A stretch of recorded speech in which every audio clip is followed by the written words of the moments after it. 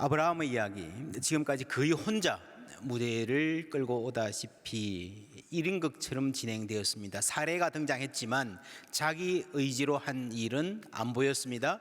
롯이 아브라함에 맞서서 선택을 했지만 그렇게 한다고 3인칭으로 기술만 했지 롯의 목소리는 없었고 롯이 고민하는 모습도 볼 수 없었습니다. 그런데 오늘 16장에 와서는 사례와 하갈의 고민이 보이고 그 목소리들이 들리기 시작합니다. 단조로운 음악을 듣다가 스테레오로 바뀌는 느낌, 이야기가 다채로워지고 흥미진진해지겠다. 맞습니다. 그런데 대체로요, 소설이나 드라마에서, 영화에서 이야기가 재미있어진다는 말은 위기가 생기고 갈등이 있다는 말이에요. 그렇죠? 그냥 학교 갔다 와서 씻고 밥 먹고 TV 좀 보다가 숙제하고 자고 이런 일만 계속되면 재미가 없다 그러죠. 인간의 역사는 갈등의 역사입니다. 가정의 역사는 어떨까요?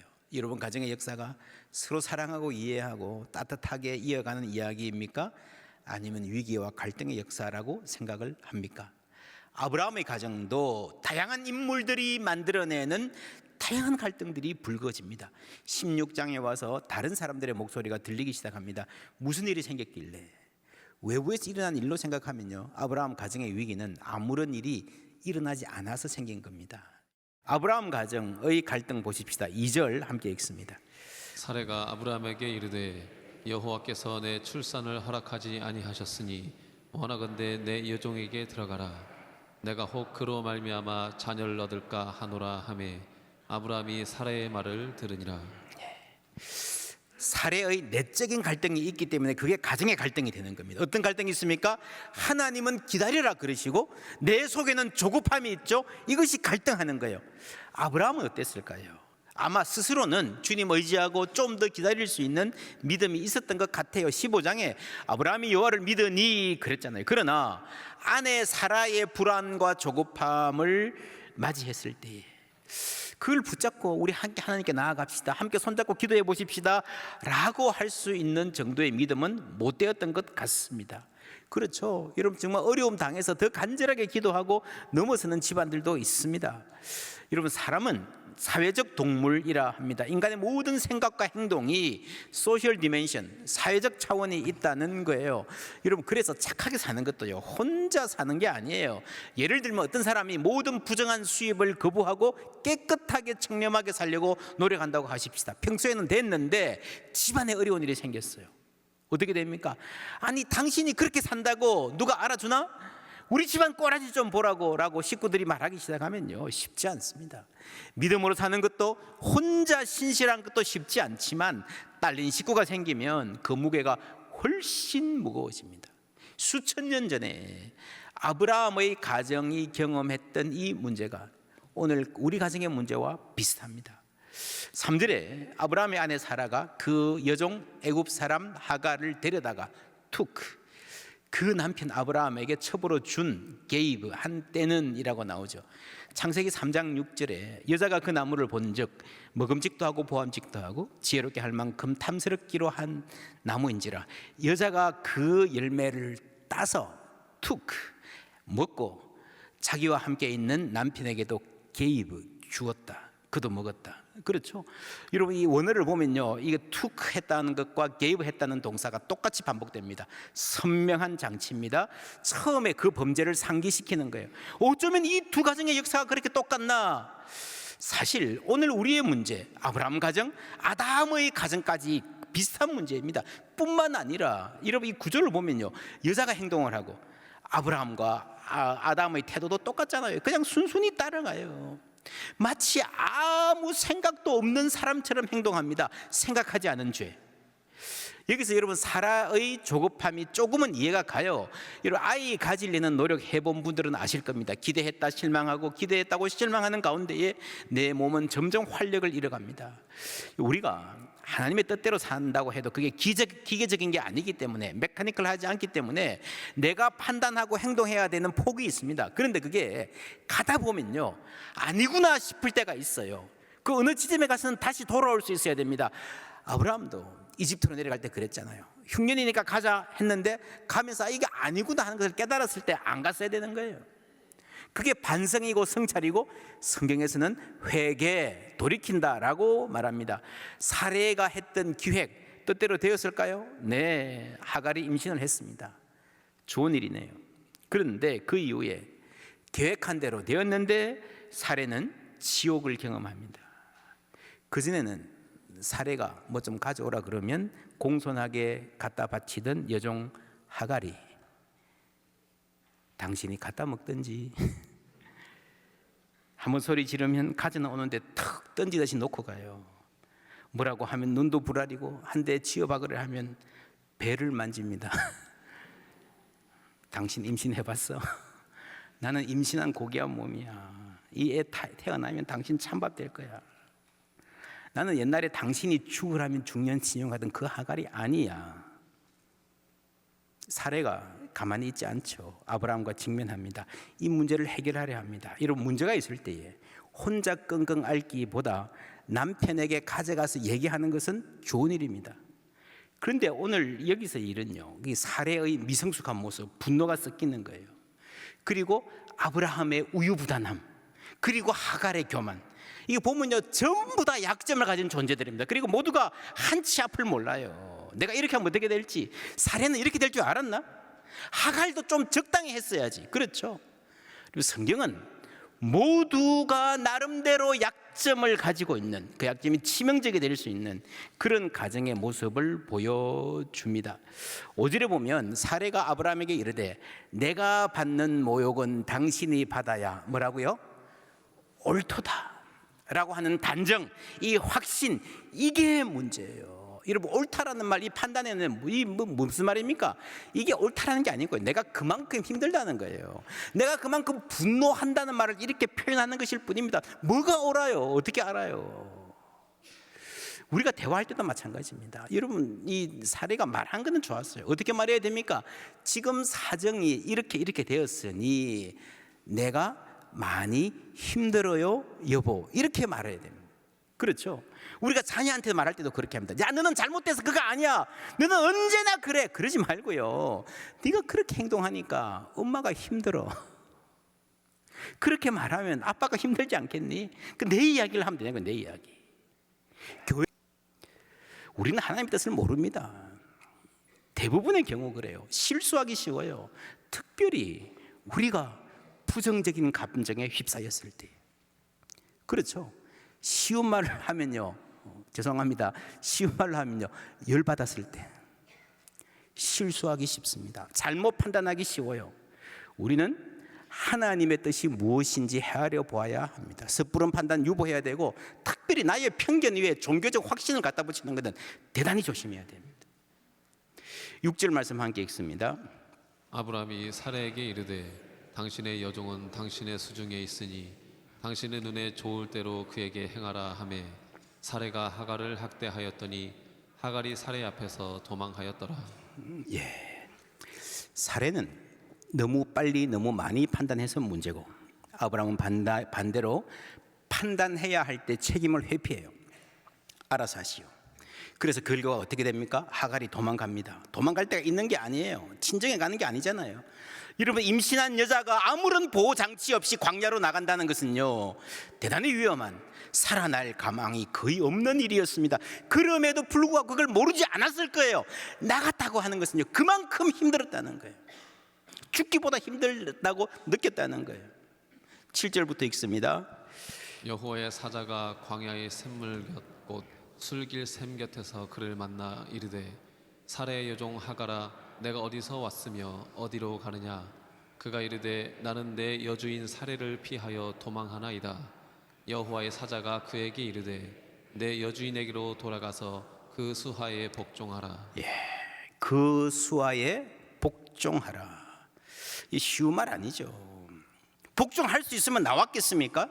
정말 죽지 못해 나왔는데 어떻게 여기서 좀 살기를 열어주시지, 다시 돌아가라 그러나, 그 지옥 같은 데를. 근데 여러분, 하나님이 다시 돌아가라 그럴 때요, 그게 영원히 복종하라는 말은 아니에요. 성경을 읽어보면 하갈이 낳을 아들 이스마엘에게도 미래가 있습니다. 21장에 가면 이삭이 태어나고 나서 얼마 후에 집을 나가요. 독립합니다. 나갈 때가 있습니다. 영원히 견디라는 말이 아니고요, 갈랐을 때가 있어요. 그러나 지금은 아니라는 겁니다. 지금은 하나님의 때가 아니라는 겁니다. 여러분, 성경에 많은 이야기가 기다림의 이야기예요. 아브라함은 아기를 기다렸습니다. 모세 시대 이스라엘 백성들은 해방을 기다렸습니다. 출애굽. 다윗도 긴 광야 생활을 인내해야 했습니다. 그 후에 이스라엘 백성들은 바벨론 포로 때 해방을 기다렸고 메시아를 기다렸습니다. 여러분, 하나님이 노하실 때 대부분 그것은 영원히 노가 아니고요, 지금은 아니라는 거예요. Not now. 살해 나쁘죠. 정말 그 밑에 가는 것 죽기보다 싫었을 거예요. 그런데도 어떡합니까? 나가서 살 길이 없다는데, 임신도 한 상태인데. 이런 사람의 삶이란 싫어도 견뎌야 될 때가 있는 것입니다. 지난주에 우리 찬송했습니다. 버티고 견디게 하시네. 이 말은 견뎌라 라고 말씀하신다, 명령하신다 는 말이기도 하지만, 하나님이 견디라 그랬을 때에 견디게 하시네, 뭡니까? 견딜 힘도 주신다는 말씀인 줄 믿습니다. 복종하라, 복종할 힘을 주시는 거예요. 여러분, 이 하갈에게 하신 이 말씀이 정말 남의 일처럼 들리지 않는 분들 우리 가운데 있을 거예요. 이 직장 때려치워야 되나? 이 전망 없는 사업 언제까지 해야 되냐? 언제까지 내가 이런 모욕 견디고 살아야 되나? 직장뿐 아니라 가정에서도 이런 마음 갖는다면요, 더 아픈 일입니다. 오늘 아브라함의 일도 가정에서 일어난 일이에요.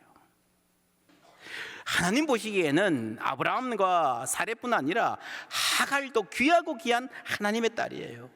여러분, 그래서 구약 성경이 하갈의 이야기를 이렇게 자세히 하는 것은요, 정말 대단히 특별합니다. 고대 근동 문화에서 신이 여인에게 나타나서 말을 하는 것, 그것도 노예에게 말하는 것은요, 대단히 드문 유례가 없는 일입니다. 겨우 왕급의 선지자에게만 말하죠. 여러분, 성경에서 하나님과 대화하는 첫 여성이 다른 사람 아닌 하갈이에요. 나를 살피시는 하나님, 하나님의 이름을 붙인 사람도 하갈이 처음이에요. 정말 놀라운 일입니다. 11장 보세요. 여호와의 사자가 또 그에게 이르되 내가 임신하였은즉 아들을 낳으리니 그 이름을 이스마엘이라 하리라. 이는, 여기까지. 여러분, 아들을 낳으리니 그 이름을 뭐뭐라 하라. 이는 이라는 말 성경 좀 읽어보신 분들은요, 생각나는 구문이 있을 거예요. 뭡니까? 마태복음 1장에, 그죠? 아들을 낳으리니 그 이름을 예수라 하라. 이는 그가 자기 백성을, 이렇게 쭉 나오는 똑같은 구문이에요.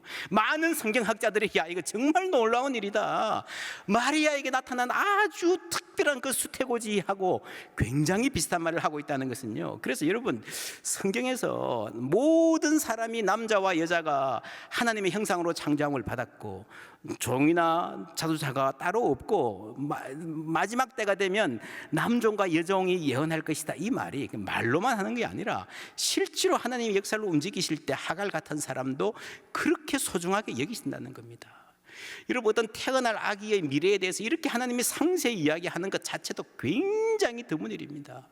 여러분, 이스라엘의 민족의 역사책, 성경은 그런 책이 아니에요. 온 인류를 위한 하나님의 계획과 사랑이 담긴 책인 줄 믿습니다.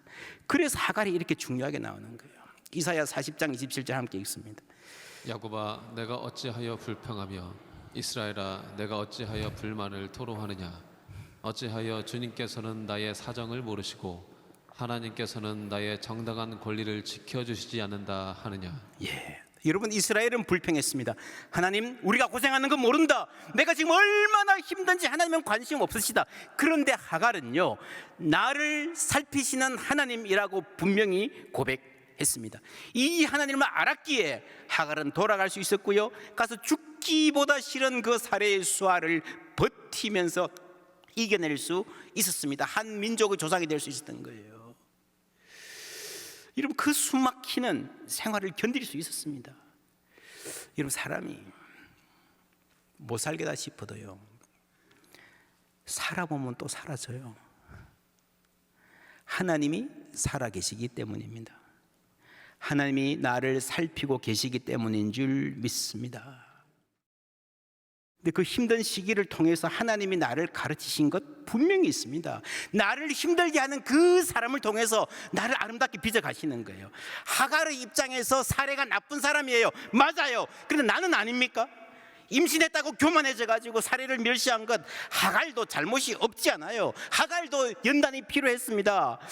약자라고요. 여러분, 사회적 약자라고 전부 다 옳은 거 아니에요. 나도 깎여져야 되고 나도 다듬어져야 됩니다. 천하의 못된 시어머니야. 너무 까다로운 분이야. 맞아요. 그래요. 그런데 그렇다고 며느리가 다 잘했다는 거 아니잖아요. 나도 잘못 있어요. 모두가 죄인은 이 세상입니다. 우리 가정이라고 예외겠습니까? 나도 훈련받아야 되고 나도 다듬어져야 되고 나도 깎여져야 됩니다. 아플 것이고 눈물도 흘려야 될 것입니다.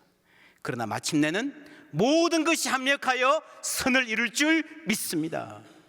이 모든 것에는요, 여러분 아시죠? 어려운 상황이 포함됩니다. 경제적인 어려움, 건강의 고통, 그렇죠?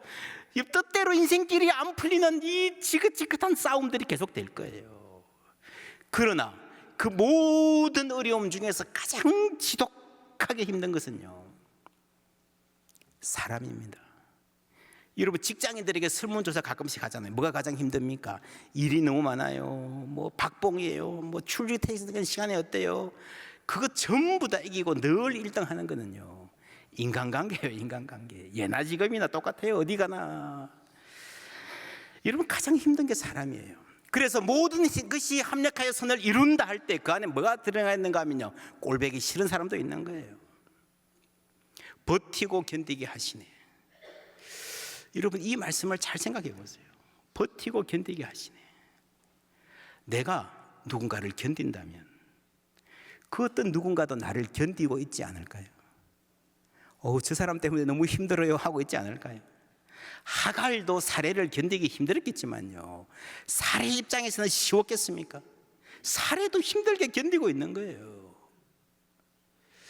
결국 우리의 모든 삶은 하나님이 나 같은 사람을 견뎌주고 계시는구나.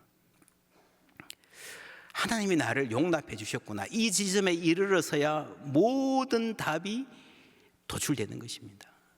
로마서 15장 7절 함께 읽습니다.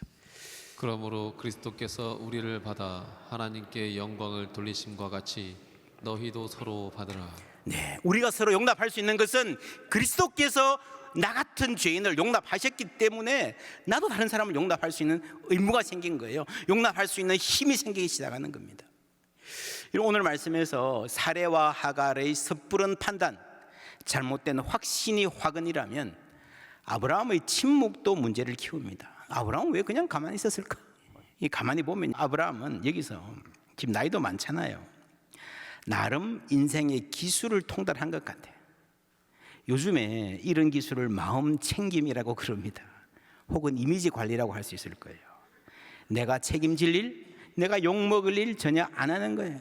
황희정성같이. 그 말이 맞네. 당신 말도 옳소. 그래요. 알아서 하시오. 사람 너무 좋아. 적이 없어요. 여러분, 그것이 세상은 어떻게 말할지 모르지만 예수님의 방식은 아닙니다.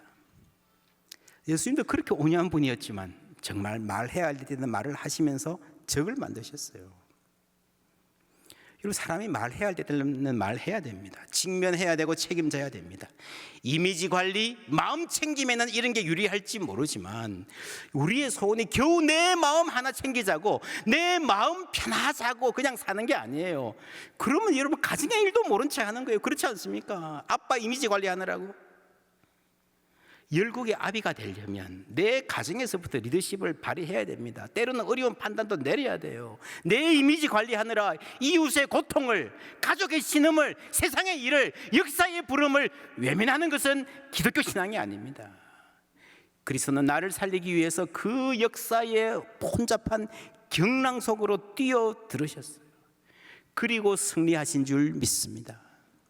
우리의 문제는 언제 나서야 되고 언제 침묵해야 되는가? 언제 우리에게 담대한 확신이 필요하고 언제 겸손한 유보가 필요한가?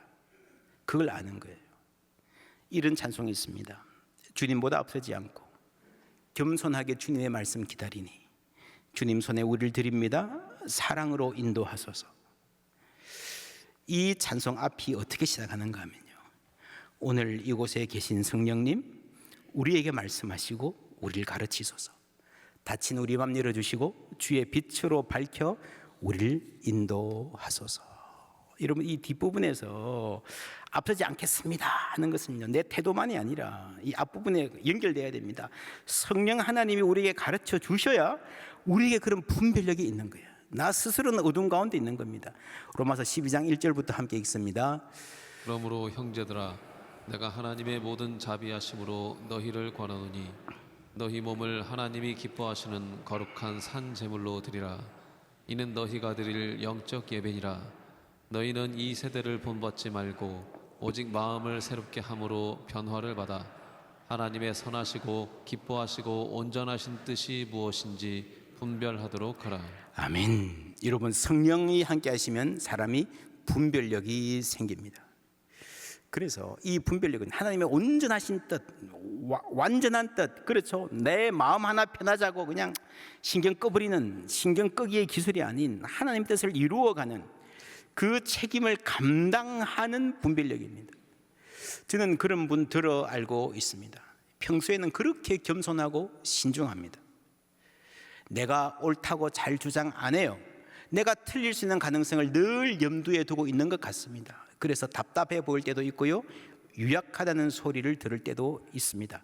그러나 정말 중요할 때, 확신이 필요할 때에, 맞서야 될 때에 담대해지는 사람, 그런 사람이 성령의 사람이에요. 그런 사람이 성령이 주시는 용기와 지혜를 갖춘 사람이에요. 책임져야 될 때에 흐릿하게 하지 않고 입장을 분명하게 합니다. 성령의 사람의 표지입니다. 작게는 우리 가정에서부터. 여러분, 성령 충만한 사람은요, 가정에서 대화할 때에 지혜와 용기가 있습니다. 여러분, 자녀와 대화할 때에, 부부 간에도 성령님 주시는 민감함 소유하기를 축복합니다. 어떤 말을 해야 되고, 어떤 부분에서 침묵해야 되고, 어떤 부분에서 기다려줘야 되고, 이 말을 어떤 식으로 해야 될까? 내 마음대로 하지 마시고 하나님 주시는 분별력을 소유하시기를 바랍니다. 그리고 인생의 중요한 결정을 할 때에, 그렇게 작은 말 한마디에서 성령의 분별하심에 인도하심을 받은 사람은요, 인생의 중요한 결정을 할 때도 하나님 뜻을 분별하기가 쉽습니다. 그런 사람이 나아가서 역사 앞에서 책임 있는 삶을 살 수 있는 거예요. 평소에 그렇게 겸손하지만 정말 이 역사가, 이 세상이 요구할 때에 담대하게 진리를 말할 수 있는, 진리대로 살 수 있는, 그래서 마침내 아브라함이 세상에 복이 되는 삶을 살았듯이 우리 모두 그 길을 기쁨으로 가시기를 주님의 이름으로 축원합니다.